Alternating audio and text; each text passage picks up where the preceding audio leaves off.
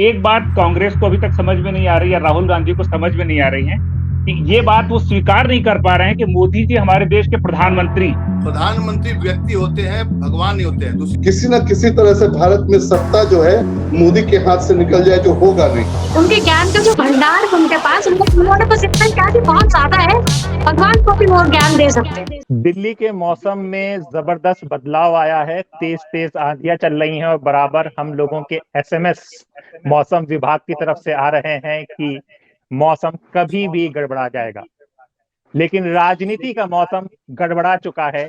नमस्कार, मेरा नाम हैदर अब्बास नकवी है और आप लोग मुझको इस वक्त इंडिया लाइव में देख रहे हैं।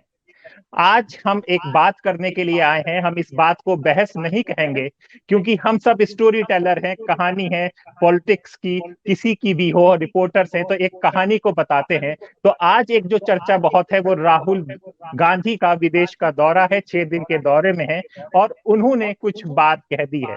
वो बात यूएस से चलती हुए हिंदुस्तान आई है, हिंदुस्तान में अब उस पर चर्चा होने लगी है।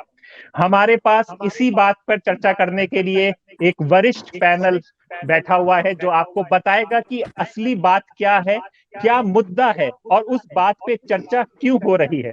तो मैं अपने पैनल से आपको इंट्रोड्यूस कर दे। हमारे साथ पुष्कर सिन्हा सर हैं, काफी 3 दशकों का पत्रकारिता का अनुभव है और आप आजकल टीवी में बड़े बड़े एंकर देखते होंगे तो सबने उनसे कहीं ना किसी दौर में अपनी कॉपी को ठीक कराया है। पुष्कर सिन्हा काफी सीनियर जर्नलिस्ट हैं। हमारे साथ बेंगलोर से सीमा फैजी जुड़ी हुई हैं, वो भी पत्रकार हैं, सहारा में थी और आजकल फ्रीलांस पत्रकारिता कर रही हैं। हमारे साथ मुंबई से श्रीधर राव जी जुड़े हुए हैं। श्रीधर राव जी भी कई संस्थान चैनलों में काम किया है, राजनीति की समझ रखते हैं, खेल में रुचि रखते हैं और अपनी बात को बहुत स्पष्ट तरीके से समझाने वाला, जो लोगों को समझ में आए वो बात बताते हैं जिससे आप लोगों को समझ में आएगा। और हमारे पास साथ वरिष्ठ पत्रकार ज्ञानेश जी हैं। ज्ञानेश जी का एक लंबा अनुभव है, कई चैनलों में हेड किया हुआ है और राजनीति की समझ रखते हैं। बातों में क्यों राजनीति हो रही है इस बात को भी बता सकते हैं। तो राजेश जी हैं और हमारे साथ इंडिया लाइव के संजय सिंह जी हैं। संजय जी, मैं कहूंगा कि ये शायद वॉइस थोड़ी इको कर रही है किसी का सिस्टम को, उसको आप देख लीजिए, हम लोग बात को सिलसिला शुरू करेंगे। तो बात यह है कि राहुल गांधी यूएस के 6 दिन के दौरे में हैं और वो एक भाषण देते हैं। भाषण में कई मुद्दे वो उठाते हैं, कहते हैं कि गरीबी और माइनॉरिटी हिंदुस्तान में बहुत मजबूर है, कास्ट सेंसस वो जब आएगी सरकार तो वो लेकर आएगी और कुछ लोग इस देश में, यानी इस देश का मतलब है भारत देश में, बहुत ज्ञानी है, वो सब कुछ जानते हैं। और फिर वो कहते हैं कि मोदी जी को अगर भगवान के साथ आप बिठा दें तो वो भगवान को भी कहेंगे कि यूनिवर्स, दुनिया, कायनात कैसे चलती है। और 5वीं वो जो बात करते हैं वुमेन रिजर्वेशंस की, जब उनकी पार्टी आएगी तो महिला का आरक्षण लेकर आएगी। ये बात उन्होंने यूएस में कही है, ये बात कही है 2014 से लगातार राहुल गांधी बातें कहते हैं, भाषण देते हैं। लेकिन इस बार यूएस में एक मैंने आर्टिकल अभी पढ़ रहा था, किसी का ये था कि 2014 से वो 55 अगर चुनाव में 55 हुए तो जैसे 50 में वो हार चुके हैं, पर वो बातें कह रहे हैं। लेकिन ये बात यूएस में जो उन्होंने कही है तो इसकी क्या इंपॉर्टेंस है। तो मैं संजय जी पहले हमें वाद विवाद पर आऊं तो आप ये बताइए कि इस भाषण की क्या इंपॉर्टेंस है यूएस में जो राहुल गांधी ने दिया है। देखिए, इसकी इम्पोर्टेंस अगर हम गौर करें तो ये भाषण किन लोगों के बीच दिया गया है। ये भाषण दिया गया है भारतीय मूल के उन लोगों के बीच जो कि अमेरिका के सैन फ्रांसिस्को में रह रहे हैं और इसके बाद डीसी जाएंगे वो और उसके बाद जाएंगे वो न्यूयॉर्क। तीनों जगह पे उनका भाषण रहेगा। कुल मिलाकर अगर हम देखें तो 2024 का चुनाव जो है वो नजदीक आ रहा है। सारी तैयारियां, चाहे वो बीजेपी हो चाहे वो कांग्रेस हो, सभी की तैयारियां उसी के लिए हो रही हैं। अब राहुल गांधी जी ऐसे में पहुंचते हैं अमेरिका, जबकि 3 हफ्ते बाद प्रधानमंत्री मोदी जी का दौरा भी है। तो राहुल गांधी वहां पहुंचते हैं और मुद्दों को उठाते हैं। मुद्दे कौन से उठाते हैं? वो सबसे पहले उन्होंने अपनी भारत जोड़ो यात्रा का अनुभव शेयर किया लोगों के साथ, यानी कि जो लोग सिर्फ ट्विटर या सोशल मीडिया के जरिए ही भारत जोड़ो यात्रा को देख पा रहे थे, उनको उन्होंने बताया कि उन्होंने, राहुल गांधी ने और कांग्रेस ने भारत जोड़ो यात्रा को कैसे कंप्लीट किया। इसके बाद ये एक बाउंस बैक मैसेज है। इस तरीके इसको ऐसे समझिए कि उन्होंने बात तो सैन फ्रांसिस्को में कही, लेकिन वो चाहते हैं कि वो बात वापस भारत ये बात वापस भारत में सुनाई दे, भारत के लोगों को सुनाई दे। तो इससे बेहतर प्लेटफॉर्म और क्या होगा जब विदेश की धरती पर वो जाकर बोले और उनकी बात को वापस उसी बात को भारत में सुना जाए, जो कि मुद्दा बेरोजगारी, गरीबी का मुद्दा वो भारत में पहले भी उठाते रहे। चलिए अब यहाँ से हम लोग अपने वाद विवाद पर आते हैं। कहते हैं मेरे जुनून का नतीजा जरूर निकलेगा, एक दिन इस सियाह समुंदर से नूर जरूर निकलेगा। पुष्कर जी, मैं आपके पास आता हूं और आपसे एक सवाल पूछता हूं, जो सवाल मेरे सारे पैनलिस्ट से होगा कि राहुल जी का ये भाषण उनका डंका बजा रहा है हिंदुस्तान का, ये एक डैमेज कर दिया है उन्होंने भारत की छवि को। पुष्कर जी। राहुल जी ने इंडिया का कोई डैमेज नहीं किया है, सब जानते हैं उनका कोई लोकल स्टैंड ही नहीं है, ना सांसद है ना कुछ है। और उन्होंने एक जो कहा जाता है ना कुल्हाड़ी पर पैर मारना, मतलब पैर पे कुल्हाड़ी नहीं मारी है, कुल्हाड़ी पर पैर मार दिया है। वो कह रहे हैं कि 1980 में जो दलित और बाकी लोगों की स्थिति थी वो आज मुस्लिम की है। 1980 में किसकी सरकार थी?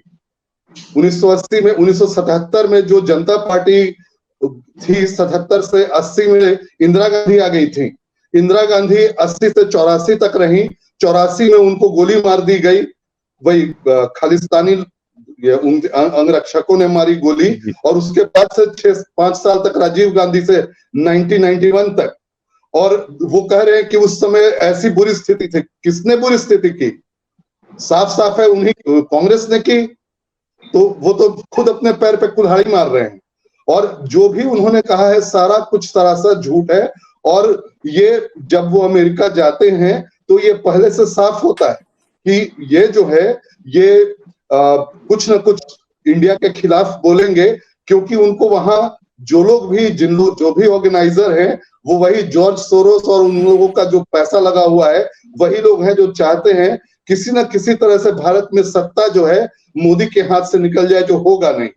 तो वो इसी तरह से मतलब मोदी को, और चक्कर यही है, मोदी के विरोध में वो भारत देश का विरोध करने लगते हैं, भारत देश की बदनामी विदेश में करने लगते हैं। और विदेश का जो मीडिया है यूएसए का, वो लेफ्टिस्ट मीडिया, मेजर अखबार सारे वहां के लेफ्टिस्ट हैं, वो घुमा घुमा के उसको ऐसे वहां छापेंगे कि इंडिया की छवि खराब हो वहां पर। हालांकि मुझे पूरा भरोसा है इसके बाद जब प्रधानमंत्री जी जाएंगे वहां तो वो सब कुछ ठीक कर देंगे। राहुल ने जो भी मतलब डैमेज तो होगा नहीं, लोग पप्पू है, कुछ नहीं आता है, और वो सब ठीक हो जाएगा जब पीएम जाएंगे। हाँ, तो सीमा, ये राहुल गांधी का ये डंका है या डैमेज कर दिया है? हैदर, हाँ। मैं पुष्कर से एक आग्रह करूंगा कि शब्दों की थोड़ी सी मर्यादा रखिए। ये अनपार्लियामेंट्री शब्द है, हम अपने डिबेट में कोशिश करेंगे कि जब एडिट हो तो काट देना इस नहीं, इन शब्दों से बचे हम लोग, कोशिश करेंगे। हाँ, एडिट के टाइम में काट देना, फ्लो में चला गया। आप इस पर, हाँ, वो फ्लो में निकल जाता है, वो कार्ड एडिट हो जाएगा। हाँ सीमा, तो आप इसको किस तरह से देख रही हैं, राहुल गांधी के इस भाषण को? इस पर अपने विचार बताइए। आज जो राहुल गांधी ने भाषण दिया, मुझे उसमें सबसे इम्पोर्टेंट बात जो लगी, तो उन्होंने ये बताया कि आखिर उनको भारत जोड़ो यात्रा करनी क्यों पड़ी। उन्होंने कहा कि जितने भी जरिए थे लोगों तक पहुंचने के हमारे, वो उन सब पे आरएसएस और बीजेपी का कब्जा था। यानी उन्होंने कहा मीडिया बीजेपी आरएसएस के हाथ में है, हम अपनी बात लोगों तक नहीं पहुंचा पा रहे थे, इसीलिए हमने जो है भारत जोड़ो यात्रा निकाली। और भारत जोड़ो यात्रा इतनी सक्सेसफुल होगी, ना खुद हमें इस बात का अंदाजा था, ना विपक्ष को इस बात, मतलब सत्ता दल को इस बात का अंदाजा था। इसीलिए जब ये सक्सेस होने लगी तो इसे रोकने की काफी कोशिश हुई। तो मुझे लगता है कि ये तो एक सच्चाई है कि मीडिया जिस तरीके से विपक्ष को खास तौर पर जो है कांग्रेस को ये कहता है कि ये हैं कहाँ करके जिस तरीके का एक माहौल बनाया गया कि विपक्ष है ही नहीं, विपक्ष कुछ करता ही नहीं है, तो उनको जमीन पर उतरना उनकी मजबूरी थी। और वही चीजें वो बाहर जाके बता रहे हैं, जैसा हम पहले कह रहे थे कि आप जब एक रास्ता रोकोगे तो दूसरे रास्ते तो तलाशे जाएंगे ना। तो इनको पता है कि विदेश में अगर कुछ बोलेंगे तो देश में चर्चा का विषय बनेगा, इसीलिए वो वहां बोल रहे हैं।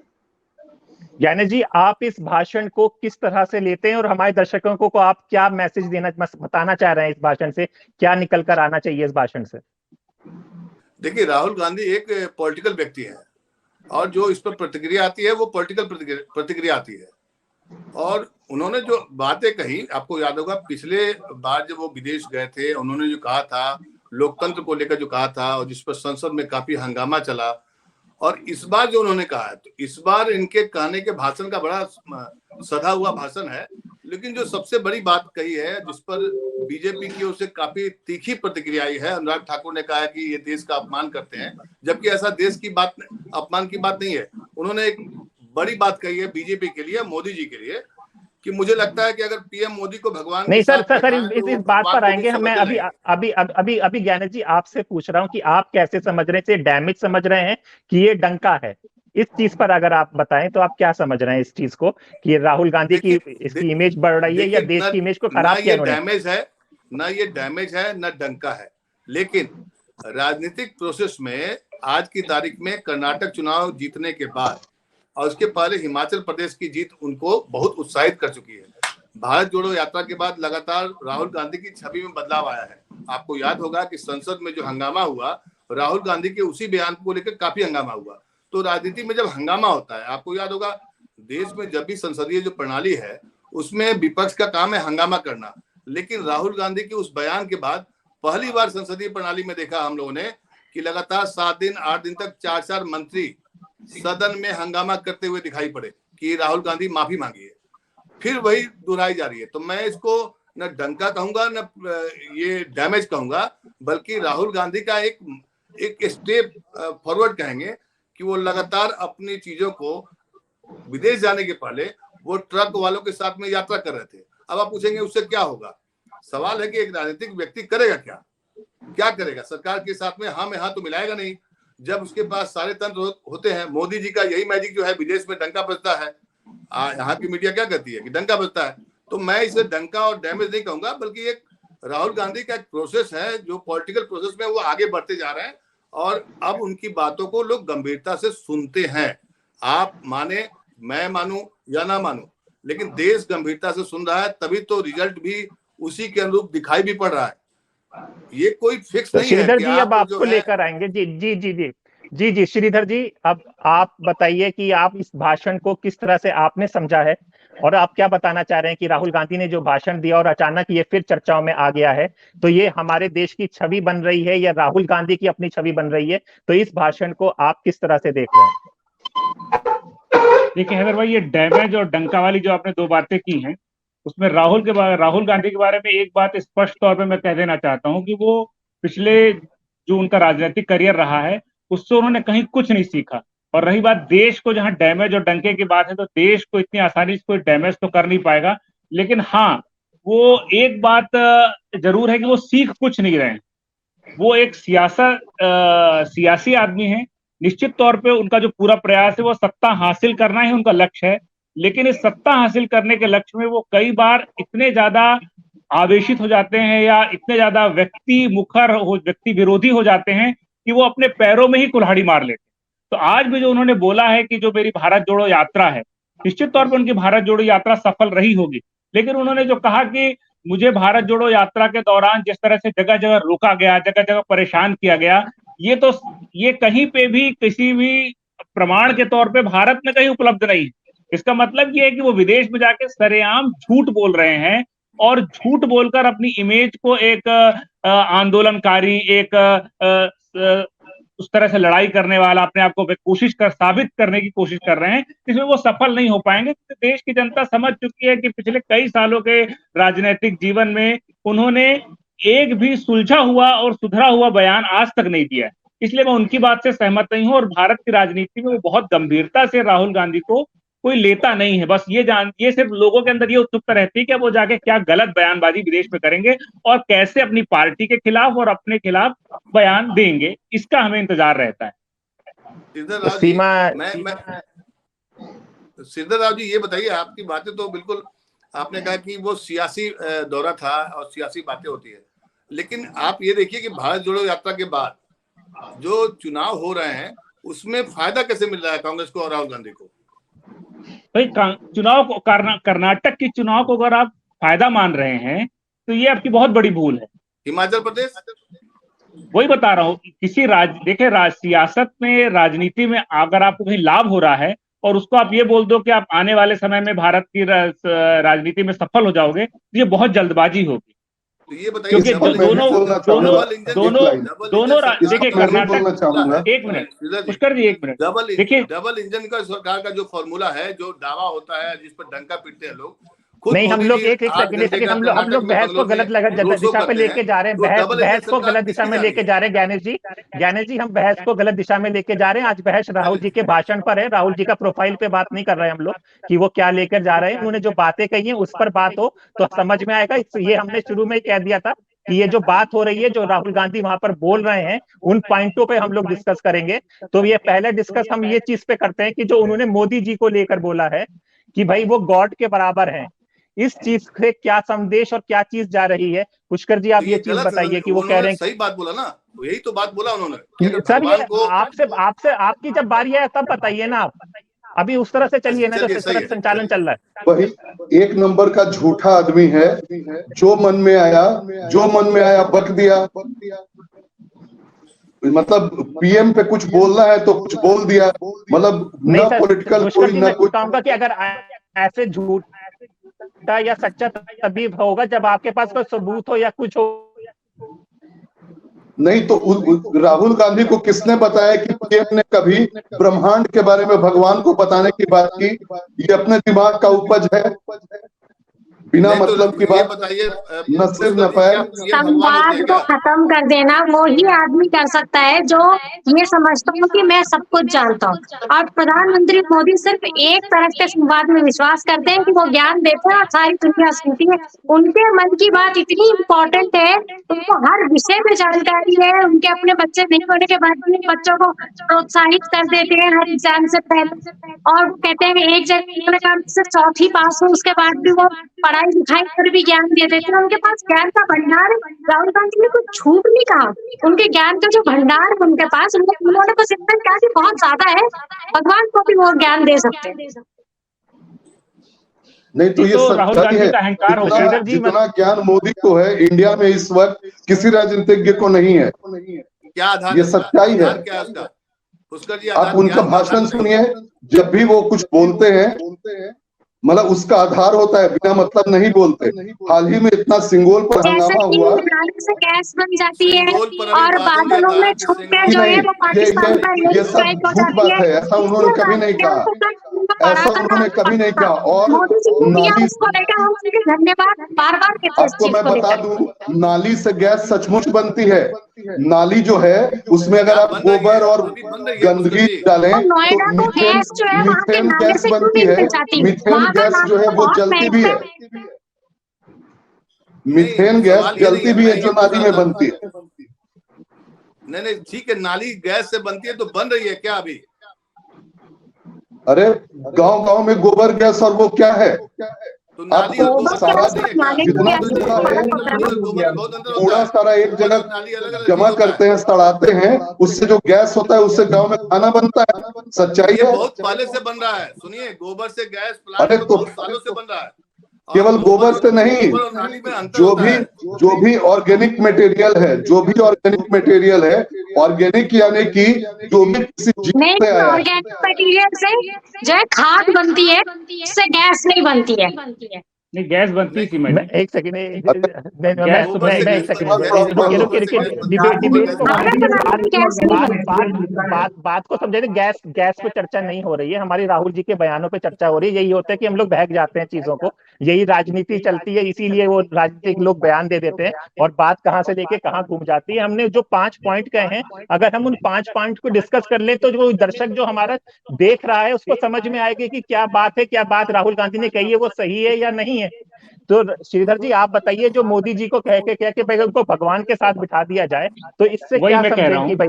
देखिए क्या है कि मैं आपको बताऊं कि एक बात कांग्रेस को अभी तक समझ में नहीं आ रही, या राहुल गांधी को समझ में नहीं आ रही है कि ये बात वो स्वीकार नहीं कर पा रहे हैं कि मोदी जी हमारे देश के प्रधानमंत्री।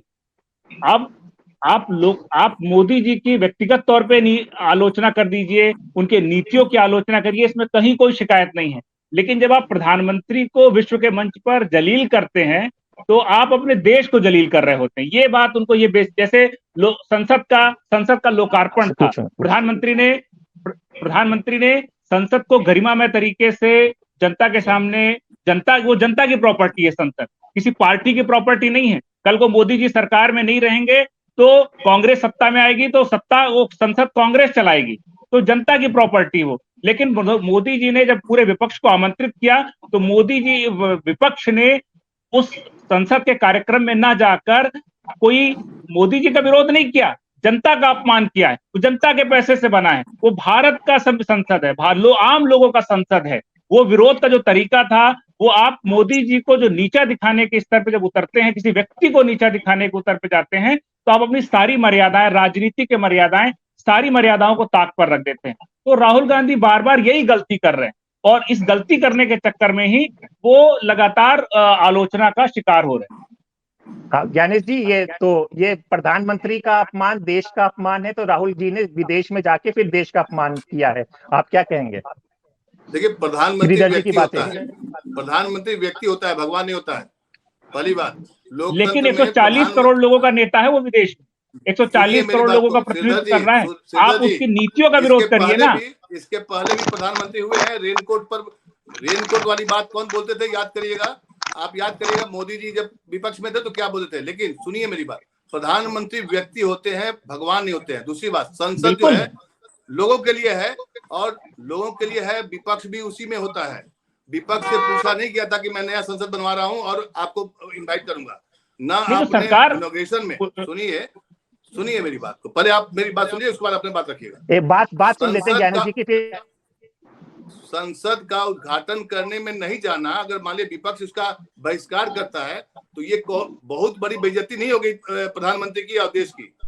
विपक्ष का काम ही होता है कि आप विरोध करेंगे, कोई सत्ता का सपोर्ट करेगा। सवाल उसका है ही नहीं कि आपका बेइज्जती हो गई। लेकिन जब व्यक्ति को आप भगवान के तुल्य तौलने लगेंगे, तब आपको हर चीज में प्रधानमंत्री या मोदी की बेइज्जती महसूस होगी।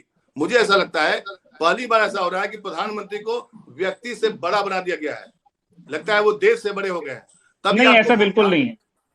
संसद के बारे में जो आपने कहा, जिस संसद में देश की पहली नागरिक मौजूद नहीं थी, वहाँ नागरिक के बारे में आप किसकी बात कर रहे हैं? देश की पहली आप ना चलाते, बुला तो लेते, इतनी इज्जत तो करते उनकी। नागरिकों के लिए होती है संसद। डेमोक्रेसी की आपकी जो व्याख्या है इसमें कहा गया है by the people, for the people, from the people. और वो पीपल में से पहली पीपल जो सबसे पहली हमारी राष्ट्रपति है, वो वहां नहीं थी। तो जब वो नहीं थी तो विपक्ष का नाम होना कोई ऐसा नहीं था। और विपक्ष रोड पे रो नहीं रहा था। आप जिसको आसमान कहते हैं ना, वो होता है। जबकि 2004 में जीतती है कांग्रेस और सुषमा स्वराज कहती है आप वो देश का जो है अपमान होता है। वो उस कांग्रेस पार्टी का अधिकार था कि वो किसको चुनती है अपने नेता। आप जो बोल रहे हैं तब वो होता है जनादेश का अपमान, वो होता है जनता का अपमान। भाई 2 बार प्रधानमंत्री मोदी चुन कर आए हैं, तो ऐसे ही चुन के नहीं आए, लोगों ने चुन के भेजा है उनको। और जब तो जब आपको हाँ, तो और सीमा जी, और जब जनता विपक्ष दोनों होता है, और जब जनता उनको बहुमत दे रही है तो उनको फैसले करने दीजिए। उनकी बातों को और जो उन्होंने जनता के सामने रखे हैं, उन मुद्दों के आधार पर वो सरकार चला रहे हैं। इसको कोई गलत तो कर नहीं रहे वो। तो विपक्ष भी जनता का ही चुना हुआ है। विपक्ष ऊपर से नहीं आया, विपक्ष को भी वोट मिले, विपक्ष भी चुन के आया है। वो भी एक जनता का रिप्रेजेंटेटिव है, वो बोलता है तो वो किसी का अपमान नहीं करता। सीमा जी, लेकिन जो संसद है वो जो संसद का लोकार्पण कार्यक्रम था, वो राजनीतिक कार्यक्रम नहीं था। वो राजनीतिक कार्यक्रम नहीं था। विपक्ष उस पर कब्जा नहीं कर सकता। विपक्ष और पक्ष दोनों की थी। मोदी जी को बनाना चाहिए था विपक्ष को। नहीं, वो संसद का लोकार्पण कोई राजनीतिक कार्यक्रम नहीं था, वो देश की जनता का कार्यक्रम। समझने की जरूरत है। विपक्ष को मनाना चाहिए था, कहना चाहिए था कि आइए, तो हमारी लोकतंत्र का मंदिर है, इसमें आइए, आप भी होंगे वहाँ। मैं ही सब कुछ हूँ।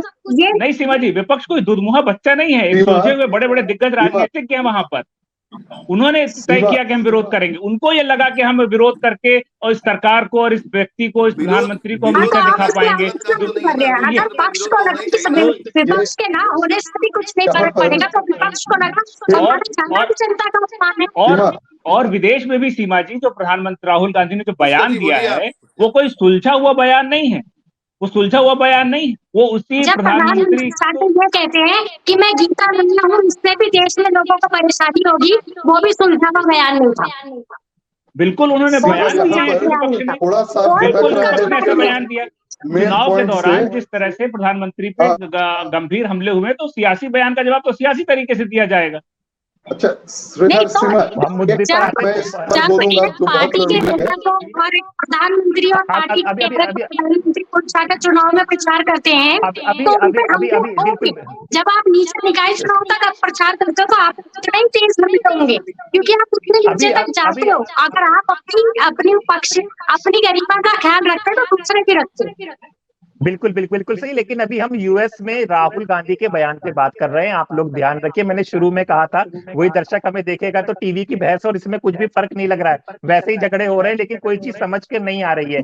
संजय जी, मैं आपके पास आऊंगा कि राहुल गांधी ने जो पॉइंट वाइज पॉइंट कहे हैं, जरा एक बार आप बताइए कि क्या क्या पॉइंट्स उन्होंने बताए हैं और किस पे जो मोदी जी वाला बात है वो क्या बात है, वो एग्जैक्ट क्लियर कट आप बताइए प्लीज।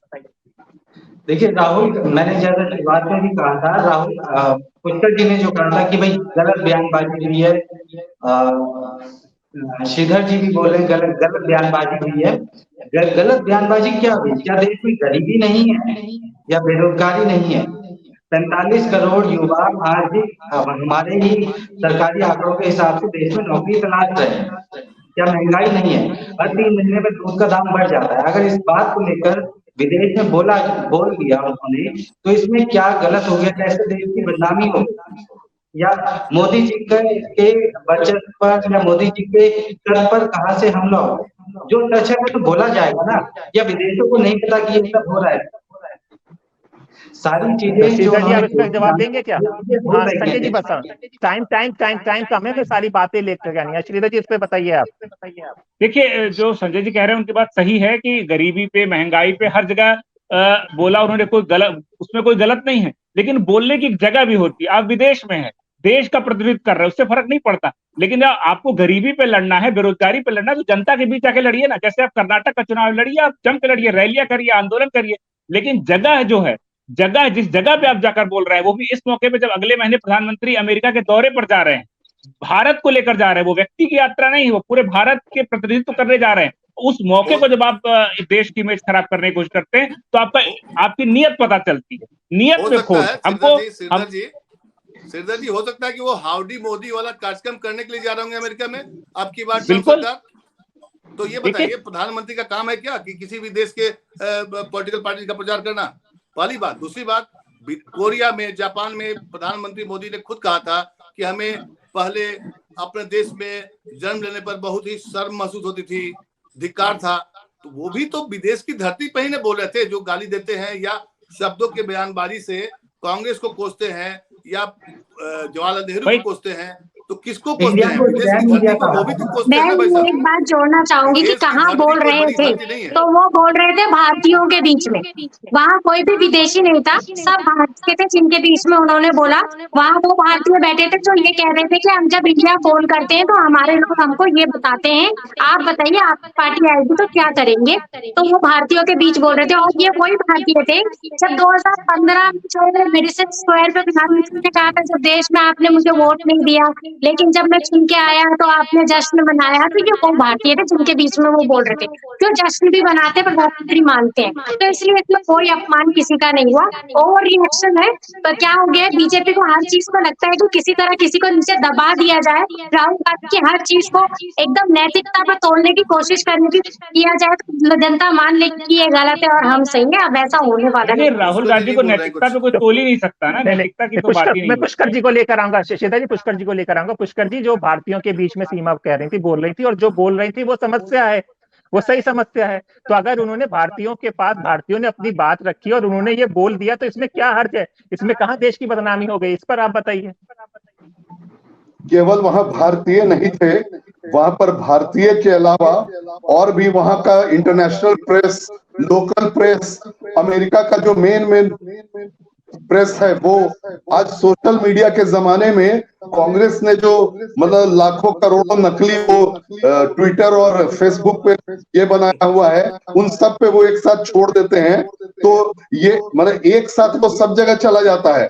वो केवल इंडियन से पुष्कर नहीं जी ने बात तो कर बहस ही रहा खत्म कर दी का सोशल मीडिया का जमाना है, देश में बोलो विदेश में बोलो सब जगह चला जाता है, इसलिए क्या बहस करनी, देश में बोले चाहे विदेश में बोले। इसलिए नहीं तो वो बात पूरी इंडियन सुन को लेते हैं नहीं जी, बोल रहे थे, वो सबको बोल रहे थे, और वो बहुत चालाकी से बोल रहे थे कि मेरी बात मतलब सब जगह चली भी जाए, और सीमा जैसी लोग जो हैं वो कहें कि वो इंडियन से बोल रहे थे। तो ज्ञानेश जी, अब तक जो कांग्रेस करती थी वो बीजेपी करने लगी। अब सोशल मीडिया पे पुष्कर जी के कहने पे कांग्रेस ज्यादा तगड़ी तरह से आ रही है, सही परफॉर्मेंस कर रही है। तो राहुल गांधी ने जो कुछ बोला है वो सब हम सब ने उठा लिया है, वो सब ऐसी बेकार की चीजें हैं। इस पर आप अपनी टिप्पणी दीजिए कम शब्दों में। देखिए, कम शब्दों में यही कहा सकता है कि आईटी सेल एक जो शब्द आया है वो किसका आया है? आईटी सेल किसका होता है, किसका है? आप किसी से पूछेंगे आईटी सेल मतलब बीजेपी का आईटी सेल, जो फेक न्यूज का एक फैक्ट्री बन जाता है। कई बार गलत खबरें खुद मंत्री भी उसको ट्वीट करते हैं, रिट्वीट करते हैं, बाद में माफी मांगते हैं, डिलीट करना पड़ता है उनको। लेकिन सवाल यहाँ पर आईटी सेल का नहीं है और ट्विटर का नहीं है। सवाल है कि देश की समस्याओं को कहीं भी किसी मंच पर बताया जाता है, उसमें कोई राष्ट्र का अपमान या प्रधानमंत्री का अपमान या किसी पॉलिटिकल पार्टी का अपमान बिल्कुल नहीं था। 14 के पहले आप उठा के देख लीजिए, तमाम नेता विदेश में अपना भाषण दे रहे थे, कोई नई बात नहीं है। आप विदेश की धरती पर ही सुभाष चंद्र बोस गए थे हिटलर से मिलने के लिए, अंग्रेजों के खिलाफ गए थे, भारत के खिलाफ नहीं गए थे, अंग्रेजों के खिलाफ गए थे। तो मान लिया भारत कैसे बनेगा? सिर्फ देश से तो बनेगा नहीं भाई साहब, इंटरनेशनल शक्तियां भी तो काम करती है ना, कि नहीं करती है? तो मोदी जो है नहीं, तो मोदी अंग्रेज नहीं है, 140 करोड़ जनता ने चुन के उनको प्रधानमंत्री बनाया है, ये फर्क है। संसदीय प्रणाली में विपक्ष का भी कोई चेहरा होता है, कोई मुद्दा होता है, विपक्ष भी उतना ही काम करता है जितना कि प्रधानमंत्री का काम होता है। मैंने कहा था ना, संसद में जो संसद और सरकार को अलग बनाया गया है, क्यों बनाया गया है? संसद कानून बनाती है, सरकार कानून नहीं बनाती है, उसको पालन कराती है। संसद में जो चुन के आते हैं वो सभी के प्रतिनिधि होते हैं, सभी के प्रतिनिधि होते हैं। इसलिए संसद के बारे में संसदीय प्रणाली अपनी बहुत रिच प्रणाली है। अगर विपक्ष का कोई आदमी बोल रहा है तो चूंकि देखिए क्या है हैदर भाई, दिक्कत ये है कि अब जो कांग्रेस 45 सीटों पर 47 सीटों पर सिमट गई थी, उसके राज्यों में जनाधार खत्म हो चला था, अब धीरे धीरे वो रिगेन हो रहा है। मोदी का करिश्मा ऐसा लग रहा है कि खत्म होती जा रहा है। जो मोदी की जो इमेज बिल्डिंग थी विदेश के जरिए, विदेश की धरती पर सिर्फ मोदी की इमेज बिल्डिंग होती थी, अब राहुल की भी इमेज बिल्डिंग होने वाली है, हो रही है या होगा, पता नहीं मुझे क्या इसका रिजल्ट होगा। इसीलिए खतरा है, देश को नहीं खतरा है, आपको बीजेपी को या उनके जो सबसे स्टार प्रचारक। बीजेपी मतलब क्या हुआ? मोदी। मोदी मतलब क्या हुआ? केंद्र सरकार, भारत सरकार। आज की तारीख में क्या है? आप वंदे भारत एक्सप्रेस 18 को घोषणा किया गया, उसका उद्घाटन कौन करते हैं? प्रधानमंत्री करते हैं। बेचारे रेल मंत्री किसी बनाए गए हैं। विदेश की धरती पर क्या बात करते हैं? जैसे शिवशंकर जो है पीछे रहते हैं, हर काम तो मोदी करते हैं। तो मोदी की जो इमेज बिल्डिंग विदेश में होती थी वो काम अब राहुल के लिए हो रही है। अब राहुल की टीम ज्यादा सुदृढ़ हो गई होगी या चुनाव में लगातार जो जीत हो रही है उससे उत्साहित है। तो खतरा ये है पॉलिटिकल में। तो पॉलिटिकल पार्टी श्रीधर जी सारी प्रॉब्लम मोदी जी से है, सारी समस्या मोदी जी से है कि सब कुछ मोदी जी कर रहे हैं, ये सबको दर्द है। दूसरा जो कांग्रेस मुक्त भारत का था वो तो अब शायद कम होता दिख रहा है। कांग्रेस मुक्त भारत तो अब नहीं। श्रीधर जी से सवाल है, श्रीधर जी तो इसके बारे में तो सारा इसके बारे में बताइए कि सारा जो भी नाराजगी है, सबको जो चिढ़ है, नफरत है, कुछ भी है, वो सब कि मोदी जी सब कुछ किए जा रहे हैं और किसी और का नाम नहीं हो रहा है।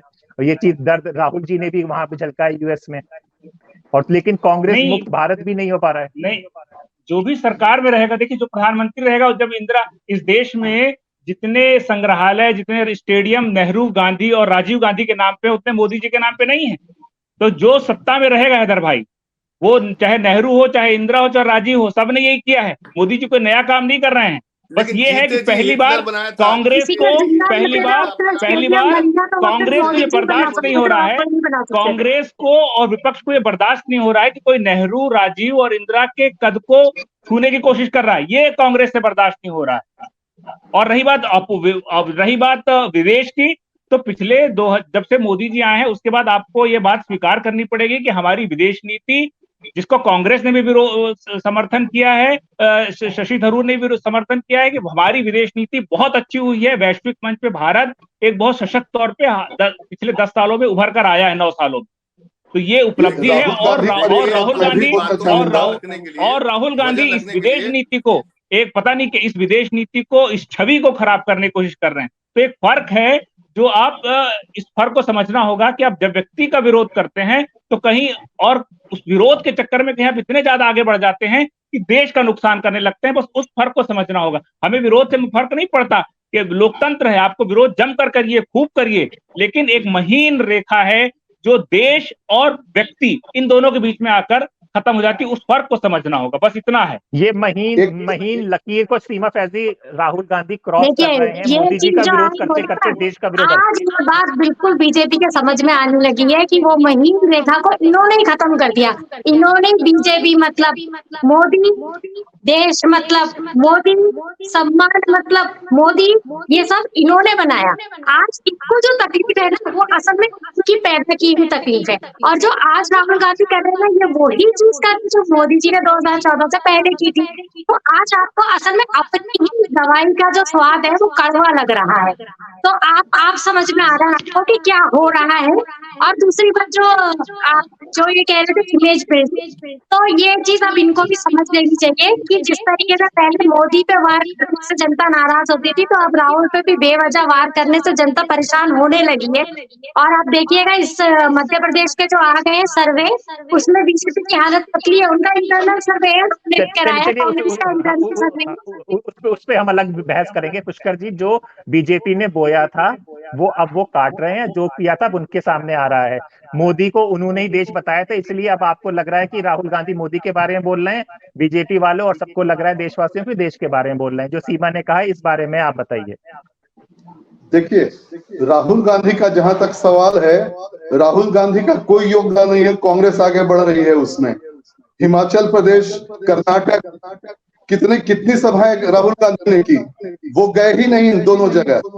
और हिमाचल प्रदेश में कांग्रेस पार्टी में किसका कितना योगदान?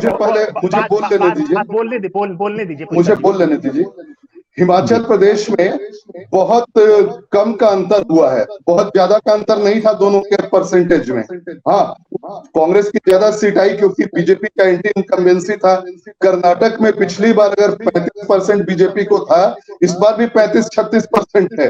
1% भी वोट गया नहीं है। वो लिंगायत वाला इधर का जो वोट था वो जेडीयू से कांग्रेस को चला गया, इसलिए वहां फायदा हो गया। राहुल का उसमें कहीं कोई योगदान नहीं था। तो आगे भी कांग्रेस मुक्त भारत, और ये जो है आप देखिए 2024 में वही फिर कर्नाटक, हिमाचल में सारे सांसद बीजेपी के आएंगे। चलिए अब हम एक और बात करते हैं। नफरत की बाजार में मोहब्बत की दुकान, ये फॉर्मूला क्या हिट हो रहा है या ये सिर्फ एक जुमला रह के रह जाएगा? श्रीधर जी, आपसे शुरू करते हैं कि नफरत के बाजार में मोहब्बत की दुकान राहुल गांधी कह रहे हैं कर्नाटक चुनाव के बाद, अब विदेश में भी जाकर बोला है। उसके बाद अलग बात है कि खालिस्तानी वहां पे नारे लग गए उनके विरोध में, लेकिन उन्होंने ये बात कही है। पर ये इंटरनेशनल मंच पर बात हो रही है। नफरत की दुकान तो शायद वो भारत को ही बोल रहे हैं। मेरे ख्याल से नफरत इस देश में फैलाया किसने? जो खालिस्तानी झंडा दिखा रहे हैं, इस देश में नफरत की दुकान खोली किसने? इस देश में जातिवाद, इस देश में भाषा के आधार पर प्रांतवाद किसने किया? इस देश में जातियों के आधार पर वोट किसने मांगे? कांग्रेस, राहुल गांधी को पता होना चाहिए कि इस देश में जितने भी हिंदू मुसलमान के नाम पे इस देश को किसने बांटा? इस देश में जातियों के आधार पर वोट किसने मांगा? इस देश में जितना भी वर्गवाद, क्षेत्रवाद, प्रांतवाद खड़ा किया, नफरत की जो दुकान खड़ी की, वो इस देश में कांग्रेस और राहुल गांधी के पूर्वजों ने की है। तो राहुल गांधी को इसमें कोई हक नहीं है। और रही बात नफरत की दुकान, भारत कभी नफरत की दुकान बन ही नहीं सकता। भारत की संस्कृति में नफरत तो है ही नहीं। भारत के तासीर ऐसी है, भारत का हवा ऐसी है कि भारत में नफरत तो हो ही नहीं सकती। ये बात अलग है कि बाहर के लोग आगे कुछ छोटी मोटी घटनाएं, कुछ घटनाएं हो जाए वो बता गए, लेकिन पूरे भारत में नफरत, और अगर नफरत की दुकान अगर मोदी चला रहे होते तो पिछले 10 सालों में बहुत कुछ हो गया होता। दंगों का इतिहास देख लीजिए, जो 10 साल पहले दंगे होते थे और अभी के दंगे देख लीजिए, कभी ऐसा कुछ इतना नहीं होता। ये देश इतना जटिल है, इस देश को इतनी विषमता, इतनी विसंगत, इतनी ज्यादा विविधता है इस देश के अंदर कि उस देश का ये इतनी ताकत है उसके बाद भी दुनिया के लिए। तो ये देश नफरत की दुकान कभी नहीं बन सकता, भले वो जाके दुनिया में प्रचार करते भारत नफरत की दुकान है। भारत नफरत की दुकान ना कभी था, ना कभी है, ना कभी रहेगा। तो सीमा, नफरत यही की बाजार भी मैं पहले अगर आप ही को ठीक करना चाहूंगी। आपने जो कहा कि देश को नफरत की दुकान बोला, नहीं बोला, उन्होंने साफ साफ कहा, उन्होंने कहा भारत जोड़ो यात्रा में हमने देखा कि देश नहीं चाहता, देश नफरत नहीं करता, देश प्यार करता है। उन्होंने कहा भारत जोड़ो यात्रा का मेरा एक्सपीरियंस बताता है कि देश में लोग नहीं चाहते बंटवारा, देश में लोग नफरत नहीं करना चाहते। इसलिए नफरत की दुकान जिनको कह रहे हैं वो लोग अच्छे से समझ रहे हैं। वो देश मुसलमान के नाम पे सीमा जी पहली बार किसने बांटा?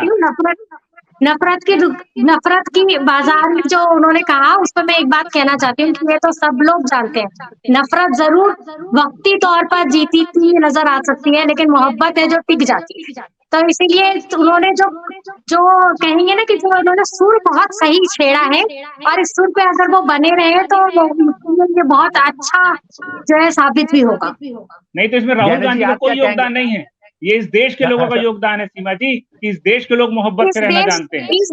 इस देश को उनके पूर्वजों ने ही बनाया। अभी आपने बताया कि उनके पूर्वजों ने इस देश को बनाया। इस देश में नफरत को उनके पूर्वजों ने सींचा है। आपने कहा कि धर्म के नाम तक तो उन्होंने मांगे वोट, तो आप कहीं तो उनके पूर्वजों को कुछ तो दे दीजिए, कुछ तो उनको क्रेडिट भी दे दीजिए। नहीं, काहे इस मामले में मैं उनको क्रेडिट बिल्कुल नहीं दे सकता, क्योंकि इस देश को धर्म के नाम पर, प्रांत के नाम पे, प्रांत के नाम, इस देश में उनके पूर्वजों ने, इसीलिए उनके आप अपनी बात को पूरा आर्टिकुलेट करने के बाद बोलते एक ही बात पर टिके रहना बहुत जरूरी होता है। देखिए, देश जब चलता है तो निश्चित तौर पर उनकी सत्ता रही, और उस सत्ता में उन्होंने जरूर देश का विकास किया होगा, आगे बढ़ाया होगा, उनकी मेहनत रही होगी। लेकिन जहां तक सियासत की बात है तो वोट मांगने के नाम पर उनके पूर्वजों ने धर्म के नाम पर, भाषा के नाम पर, प्रांत के नाम पर जिस स्तर पे गिर सकते थे उस स्तर पे गिर के नफरत फैलाई इस देश के अंदर। और इस देश में जो नफरत की दुकान जो राहुल गांधी आज बोल रहे हैं, उसका पूरा स्रोत इस पूरे परिवार को ही जाता है, यही इसका आधार। पुष्कर जी, नफरत की बाजार पे मोहब्बत की दुकान, आप भी बताइए कुछ। देखिए, आज की जो राजनीति है, जैसे बिजनेस होता है ना, बिजनेस या बड़ा कॉर्पोरेट हाउस, उसमें एक पीआर एजेंसी होती है, वो बताती है कि आपका क्या नारा होना चाहिए, क्या आप लाइन लेकर चलें। तो लगता है किसी पीआर एजेंसी ने, जिनसे भी वो ये लेते होंगे, उन्होंने कहा कि नफरत की दुकान और मोहब्बत, ये वाला आप लाइन लीजिए, शायद आपको मतलब क्लिक कर जाए। हाँ, राहुल गांधी ने लिया, मगर अगर कोई आप लाइन लेते हैं नारा, तो उसके साथ आपको बेस भी चाहिए। आपको दिखाना होगा कि नफरत की दुकान जो है आपकी नहीं है, मगर यहाँ पर है कि आपकी तो नफरत की दुकान भरी हुई है। तो वो जो नफरत की दुकान बोलते हैं, उसके पीछे सच्चाई ही नजर नहीं आती।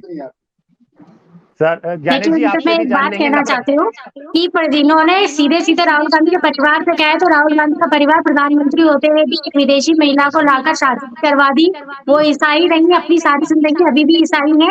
और इसी दौर, आप ये दौर देखिएगा कि जो उत्तराखंड के एक विधायक ने अपनी बेटी की शादी एक मुसलमान से करने का फैसला किया, तो उसको शादी रद्द करनी पड़ी। तो ये नफरत और मोहब्बत की रन है, वो आपको साफ साफ नजर आ जाएगी। देश के हालात भी दिख गया। ठीक है, ज्ञानेश जी, आप भी अपनी बात बता दीजिए, नफरत के बाजार में मोहब्बत की दुकान।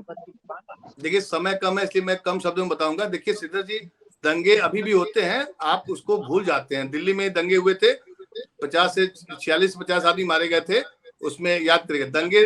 दंगे अब तो समाज नहीं चाहता है, लेकिन पॉलिटिकल पार्टी चाहते हैं कि दंगा हो। चुनाव के पहले दंगे कराए जाते थे, पहले कैसे कराए जाते थे, अब कैसे होते हैं? आपकी बातों से मैं सहमत हूँ कि पहले भी जो दंगे होते थे, पॉलिटिकल पार्टीज की वजह से ही होता था। समाज कभी भी नफरत में नहीं जीना चाहता है। लेकिन कर्नाटक के चुनाव में या देश के जो माहौल है, जय बजरंगबली, आप मारो देश के गद्दारों को, मारो गोली मारो, एक केंद्रीय मंत्री नहीं तो देश के गद्दारों को नहीं मारेंगे तो किसको मारेंगे, बताइए ना। बजरंगबली का नारा ले लिया तो कौन सा गलत कर दिया? आप मंत्री कैसे बोलते हैं? ये बताइए। नहीं तो बजरंगबली कोई गलत काम है, गलत आदमी है क्या? क्यों नहीं? क्या किया पूर्वजों ने? कौन सा राष्ट्र है? भारत कौन सा राष्ट्र है? भारत एक कोई कॉमनल देश नहीं है ना।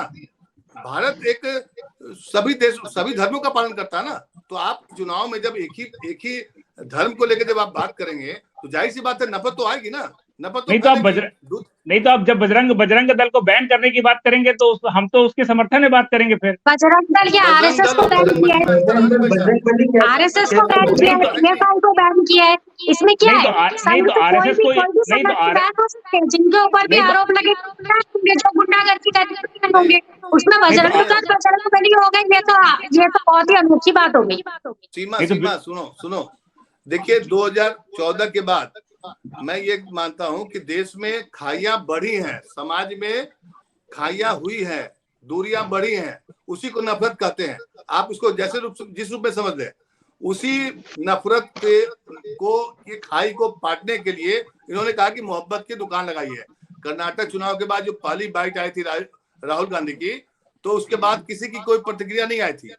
लेकिन जो पुष्कर सिन्हा जी बोल रहे थे कि पीआर एजेंसी ने हायर किया होगा, बिल्कुल पीआर एजेंसी का ये सब शब्द होता है। जैसे चाय पे चर्चा प्रशांत किशोर ने दिया था मोदी जी को, अच्छे दिन आएंगे, अच्छे दिन कितने आए आप भी बताइए, देश भी जानता है। तो ये सब जो चुनावी जुमले हैं, चुनाव हमेशा चुनावी जुमले से जीते जाते हैं। ये दुनिया के किसी भी लोकतंत्र में जब आप देखेंगे तो चुनाव हमेशा से आप इमोशनल कार्ड खेलते हैं या चुनावी जुमला होता है। विकास से दुनिया का कोई देश जीत नहीं पाता है, याद रखिएगा। चलिए हमारा डिबेट राहुल गांधी के भाषण पे था। तो मैं आखिरी में चलते चलते आप लोगों से हाँ या ना में बस सवाल का जवाब दीजिएगा। वक्त खत्म होता जा रहा है कि इस भाषण को आप कितने नंबर देंगे, या ये भाषण राहुल गांधी के लिए या कांग्रेस के लिए कोई संजीवनी लेकर आएगा या कुछ नहीं लेकर आएगा? ज्ञानेश जी आपसे शुरू करते हैं। नहीं, मैं एक पत्रकार के तौर पर कोई नंबर नहीं दूंगा उनको, क्योंकि मैं किसी पॉलिटिकल लफड़े में नहीं पढ़ना चाहता हूँ। राहुल गांधी ने अच्छा कहा या गलत कहा, राहुल गांधी उसी पिच पे खेल रहा है जिस पिच पर बीजेपी खेल रही थी पहले से। विदेश की धरती पर डंका पिटवाना तो देश का सम्मान होता था, मोदी जी का सम्मान यानी देश का सम्मान होता था। अब राहुल गांधी बोल रहे हैं बात को, अब इसको कैसे कांग्रेस चुनाव में इनकैश करती है या बीजेपी इसको कैसे काउंटर करती है, इसलिए मैं नंबर नहीं दूंगा। मैं मानता हूँ कि ये एक राजनीति का प्रोसेस है जो सभी पॉलिटिकल पार्टी फायदा राहुल गांधी को इससे फायदा मिलेगा, कांग्रेस को कुछ फायदा मिलेगा कि नहीं, इसमें तो हाँ या ना में बताइए कुछ। मैं मानता हूं कि राहुल गांधी की भारत जोड़ो यात्रा के बाद जो छवि में सुधार हुआ है, उत्तरोत्तर बढ़ रहा है और लगातार वो जनता से कनेक्ट हो रहे हैं, उसी की एक कड़ी है। तो मुझे लगता है कि फायदा कितना मिलेगा ये तो नहीं बता सकता हूं मैं, लेकिन ये राहुल गांधी का एक राजनीतिक कदम है, राजनीतिक एक तरह से स्टेप कहेंगे, जो आने वाले चुनाव में कुछ जनता तय करेगी ना। हम अगर तय कर देंगे तो फिर लोकतंत्र ही खत्म हो जाएगा भाई साहब। चलिए श्रीधर जी, आप कैसे लेते हैं ये भाषण को? कुछ फायदा होगा इनको कि एकदम? देखिए, राहुल गांधी के मैंने हैदर भाई पहले ही बता दिया कि राहुल गांधी के भाषणों को बहुत ज्यादा गंभीरता से तो नहीं लेता, लेकिन ये है कि जिस तरह वो देश की छवि को लगातार खराब कर रहे हैं, उसमें वो कितना कामयाब हो पाते हैं, ये देखने वाली बात है। सीमा, आपकी क्या प्रतिक्रिया रहेगी इस भाषण को लेकर? देखिए, मैं तो मानती हूँ कि ये राहुल गांधी की मजबूरी है। जब देश का मीडिया उनके मुद्दों को नहीं उठाएगा तो उनको कोई एक जरिया तो ढूंढना पड़ेगा। ये उनके लिए एक जरिया है कि वो बाहर जाते हैं तो चर्चा होती है, उनके मुद्दे सामने आते हैं। इसलिए ये कोई उनका मकसद ना देश को बदनाम करना है, ना देश का मान बढ़ाना है। उनका मकसद अपने मुद्दों को चर्चा में बनाए रखने के लिए विपक्ष के पास जो रास्ता है वो यही बचा है, तो उसी का इस्तेमाल कर रहे हैं। वो आज उन्होंने साफ भी कर दिया। संजय जी, फायदा या नुकसान कुछ पार्टी को या राहुल गांधी को व्यक्तिगत?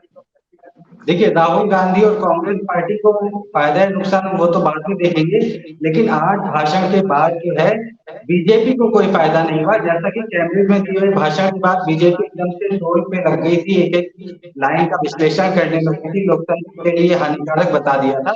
आज ऐसा कुछ भी बीजेपी के हाथ नहीं लगा है अभी तक, तो ये बीजेपी के लिए नुकसान है। पुष्कर जी, आप क्या किसी कुछ फायदा या फिर एकदम डैमेज? ये नंबर वहां दिया जाता है जहां प्रश्न पत्र का जो उत्तर है, उत्तर आप दें। तो राहुल गांधी ने जो मतलब दिया है उसमें कुछ है ही नहीं तक कि आप नंबर दें। और भारत की जनता जो है वो पेट्रियोटिक है, वो जानती है कि कोई विदेश में जाकर अगर बदमाशी कर रहा है तो यहाँ उसको किस तरह से खबर की ली जाए। 2024 में लोग ये सब देख रहे हैं, खबर लेंगे राहुल गांधी की। कांग्रेस फिर 50 नहीं पार कर जी पाएगी। अभी चलिए जान चर्चा लीजिए। को बिल्कुल बिल्कुल बिल्कुल 2024 पे अभी वक्त है, उसके वक्त के बीच में हम लोग इंडिया लाइफ में कई इसी तरह की बहस लेकर आएंगे। तबकि मेरा उद्देश्य था कि ये सब्जेक्ट को समझ में आए, लेकिन हमारे पैनलिस्ट ने डिबेट को काफी हॉट और गर्म कर दिया था चीजों को लेकर। लेकिन मुझे उम्मीद है कि आप लोगों को समझ में जरूर आया होगा बात का, और आपको जो इंडिया लाइफ को आप बराबर सपोर्ट कर रहे हैं, कुछ ही समय में जो वेब चैनल हमारा आया था और इतना आपका प्यार मिल रहा है कि हम कई मकाम शुरू कर रहे हैं और एक्सपेंड भी हम लोग करने जा रहे हैं। इसी तरह की चर्चा जारी रहेगी। पहले सियासत में मोहब्बत थी, अब मोहब्बत में सियासत ढूंढी जा रही है। तो ये चर्चा रहेगी, ये बात होती रहेगी। और याद रखिएगा कि ये राजनीतिक पार्टी है, राहुल गांधी भी राजनीतिक पार्टी कांग्रेस में है और बीजेपी भी है, तो उनके जो भी बयान होंगे वो राजनीतिक होंगे, पॉलिटिकल बयान होंगे। तो उसमें जो हम लोगों के हैं या गैस के, इनके आपस में कोई भी रिलेशन खराब नहीं है, सबके सही है, सब गए हैं। एक बात को डिस्कस करते करते पिच हाई और टोन लो हो जाती है। तो इसी तरह की चर्चा के लिए आप हमारे साथ जुड़े रहे, इसके लिए धन्यवाद। अपनी राय कमेंट बॉक्स में दे सकते हैं। हम सबको इजाजत दीजिए, नमस्कार।